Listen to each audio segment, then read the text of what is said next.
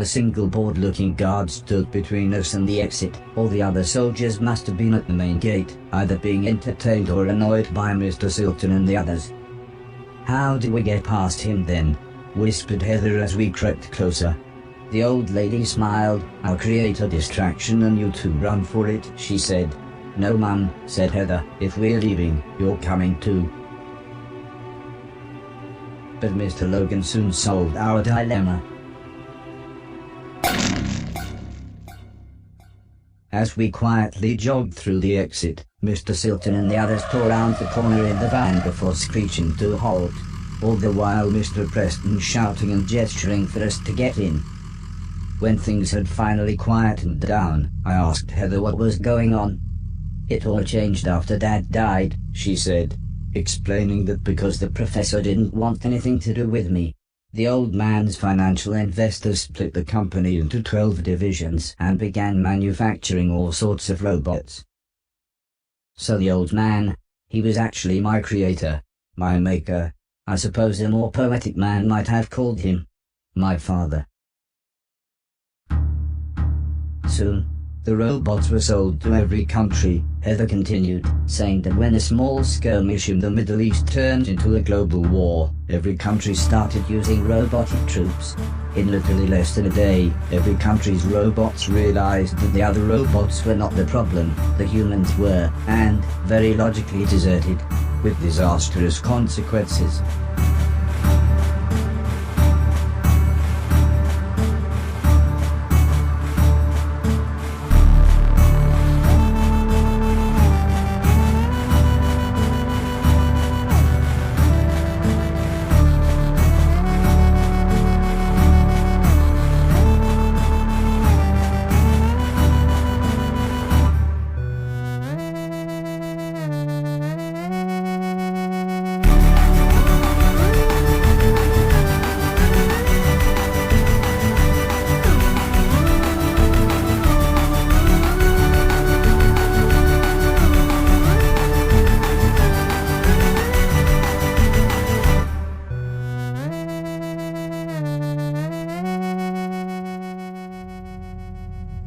It suddenly all made sense. What the professor had said, all the other robots, and why no one ever wanted to talk about the war when I was around. All of a sudden, Alice shouted for everyone to hold on. We were being followed.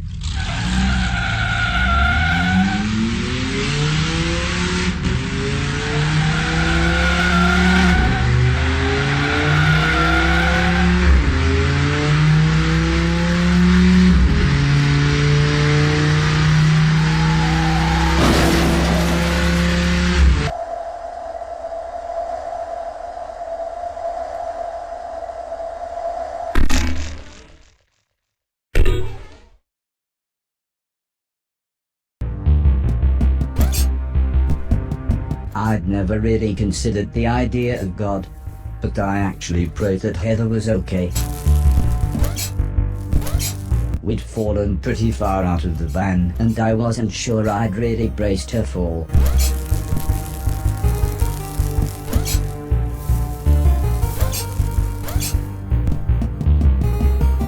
Heather greeted me with a calm smile.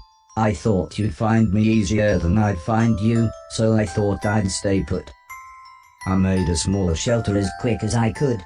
It was soon pitch black and starting to rain, so Heather had suggested we rest. In the morning, when there would be better light, we could try to find our way home. "I don't think Dad ever imagined this would happen," said Heather with a sad look in her eye. "I mean, he would always talk about how he dreamt of a robot when he was a young boy. He and Mum was so happy when you finally turned up. I honestly think he thought robots like you could help the world, not kill millions of people." "Death is really sad," I said. It was an obvious thing to say, but Heather nodded. "When my best friend died," she continued, "I asked Mum why people had to die. She said it was to make room for new babies to be born. I don't know why, but this made me feel both happy and sad at the same time."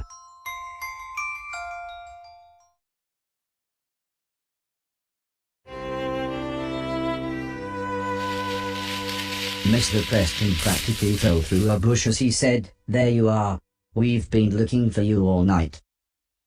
He explained that they had lost the soldiers but the van had broken down. Luckily though, it was actually only a short walk away. I must have looked sad when we got back, as the old lady sat down beside me. "What's the matter?" she asked. I told her that Heather had explained the war to me. The old lady sighed, "It's not your fault," before saying how the original idea was for the robots to be raised like children, learning and developing their own consciousness. But, when the old man died and I was shut down, my consciousness was taken, hacked, and copied to every other robot, to bypass the growing up stage. Heather explained that every robot had a tiny bit of my memories, of the old man, the house, of everything. So when the war broke out, hundreds of unstable robots kept arriving at the house. "I think it was like some kind of pilgrimage for them," said the old lady. "That's why we created a scrambling signal. It only works within a few hundred miles, but turns any unlicensed or illegal robots close enough into mindless zombies. That's another reason we were surprised to see you."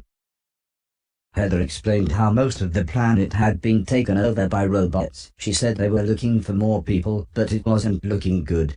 They had received a radio signal from Japan. There was a few thousand people who survived there. "Lord knows how," said the old lady. "Their robots outnumbered people 50-1 by the time the war broke out." Heather said how she had been writing a virus that would shut any robot down. "I'm not really a great coder," she said. "Mom was trying to work out a way to boost the scrambling signal, but now you're here I've got an idea."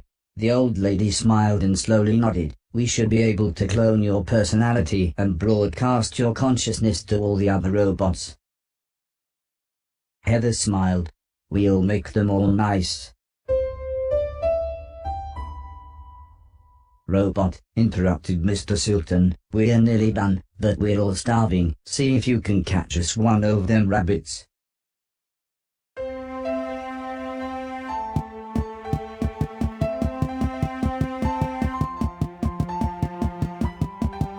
So, it must have been several years since the old man had died.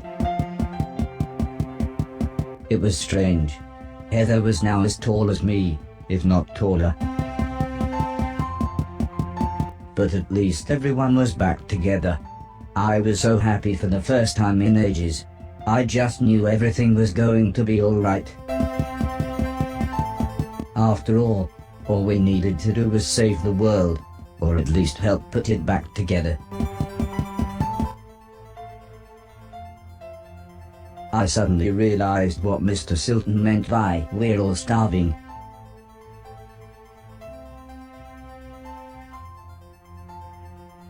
When I got back, I told everyone that I couldn't catch anything. I don't think anyone was too disappointed.